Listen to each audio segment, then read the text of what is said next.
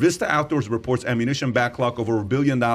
We currently have over a year's worth of orders for ammunition in excess of $1 billion, Met said during a November 5th call. With demand for outstripping supply and inventory levels in the channel at all-time lows, we see strong demand continuing, and this metric informs our viewpoint of what a recovery normalization could look like. Vista was reporting its second quarter earnings when CEO Chris Meltz detailed what announced a backlog, which he called unprecedented for the company. An estimated 1.9 million firearms were sold October this year. 1.9 million firearms. That's a 65% spike from the same month in 2019, according to data provided by Small Arm Analytics and Forecasting. So, is this a good thing? Is this a bad thing? And what is it telling us about the current state of things? I think it's a spotlight on what's going on in this country. You can't have a conversation with someone right now where they haven't said, I'm going to get a gun, or I just got a gun. Oh, I got my gun ready. Do you know how often people say that? Doctor friends of mine are constantly telling me about the guns they have. When I see this, too, I'm going, are Americans that bad of shots that we need that much ammunition? I mean, my God, can't we hit anything? That's a very good point. I mean, a huge backlog of ammunition. Here's the other thing. Can't they make more? I mean, you would think this is a golden opportunity for them to just really capitalize on this because it's not going away. The political climate is completely 100% driving this. It's not like we're under quarantine and people have more time to go hunting, right? It's because people are fearful. Hell, I've never owned a gun, Pat. I've never owned one, but I want to get one. I mean, you've never owned a gun. I've never owned a gun. You're a conservative. Yes, but I grew up with hunters. Everybody in my family hunts. I've never cast a fishing pole. Hell, I could do more damage with a tool. I could probably hurt somebody just trying to fix something. Change a light bulb, and I could kill 3 people. So you've never shot a gun?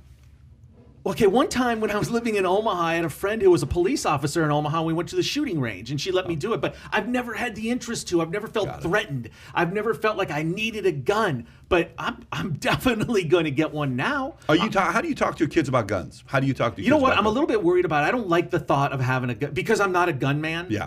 I don't like the thought of a novice like me having a gun in the house. I would want to make sure I was doing all the right things. Have one of those fingerprint safes, where that's the only way you can get it. That's the way I would do it. But you know what? It's not a topic because it's not something that I'm into. I don't take them hunting. I don't do that kind of stuff. We don't watch, violent shows like that. So it really is, the only shooting I'm talking about is teaching Dash, flawless jump shots and, how to get off a screen and that kind of thing. But this is a very eye-opening stat here. The fact that we have this much ammunition that people want to buy that they can't. Steve, what do you think?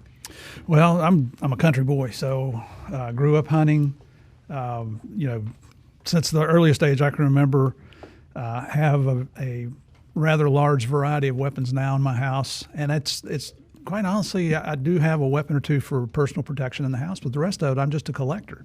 I have a couple of collector's items that I'm really proud of. I've got a 20th anniversary DEA 45 caliber Colt 45 1911 that's never even had the slide pulled back on it. It's in pristine. It's still got the cordite on it and everything. But I agree exactly with what he just said, in the fact that this is being politically motivated. I've got I guess now that I stop and think about it, I do have a pretty large array of ammunition in my house just because I used to shoot competition. But you know what? I retired from DEA in 2013, so over 7 years ago. I've carried a gun twice since then, believe it or not. From 2013 till today, only twice? Yep, believe it or not. So you feel pretty safe in America today? Well, where I live is pretty safe. Is today one of them? You packing? No, I can't carry it on the plane anymore. So, what do you say if you're having a conversation with a man that's getting married who has kids? What is your advice about having a gun in the house?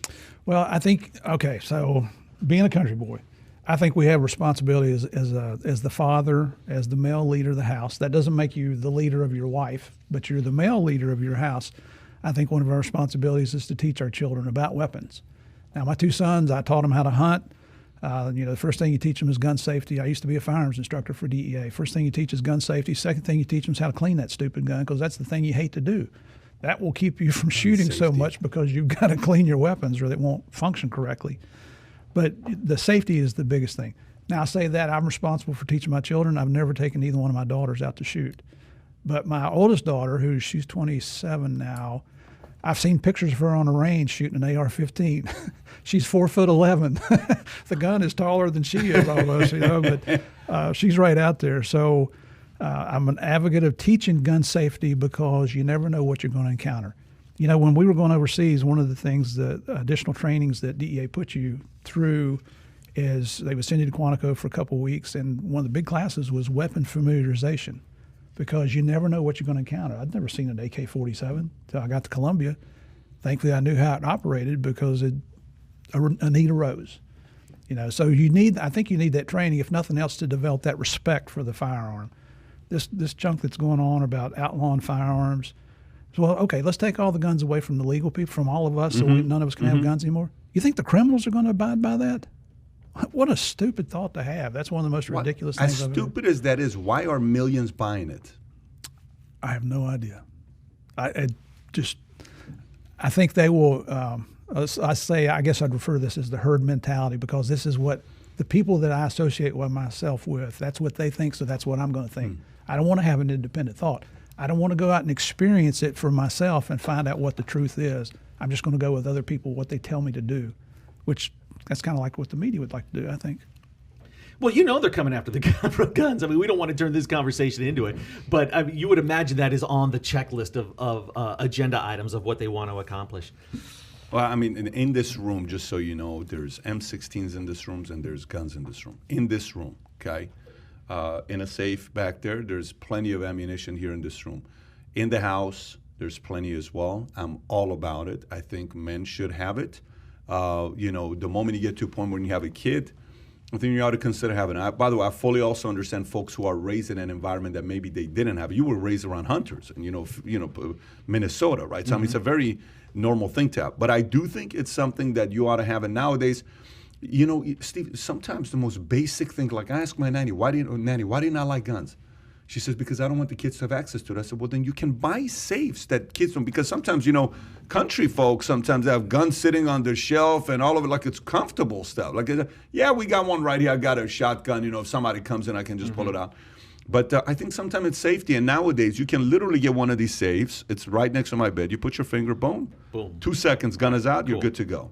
Rather than let me go, let me pick it up, let me open up the safe. No, boom, boom, right. Boom. And then you're the only one that can get in there. Yes, and then you can control it to make the fingerprint be you, your wife, and whoever else you want, and then nobody else. Okay, you can do it 1, 2, 3 people. Right on. They have that kind of system. It's a few $100s to get one. It's not like you're spending that kind of money. I think Steve's considering a new business, selling some of that ammo you have in your house. I saw a light bulb go off when you realized how much you have sitting around in the house. There's a market for it. Honestly, I didn't know that was a problem until I go to a gym most mornings, Monday through Friday, very early, and some of the guys in there are rather conservative, and they're big muscle-bound guys.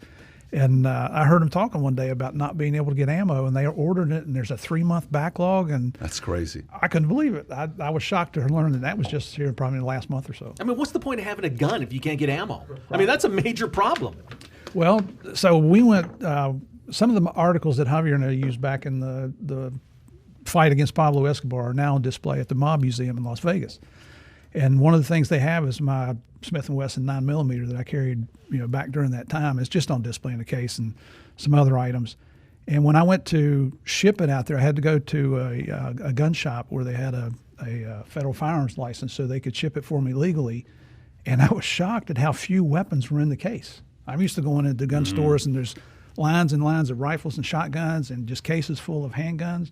I was shocked at how small the inventory was in this gun shop.